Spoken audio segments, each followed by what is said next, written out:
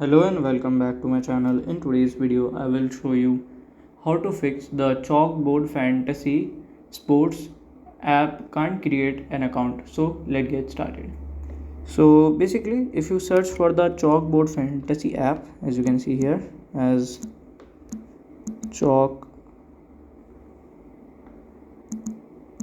Chalkboard Fantasy app, sports app, as you can see here.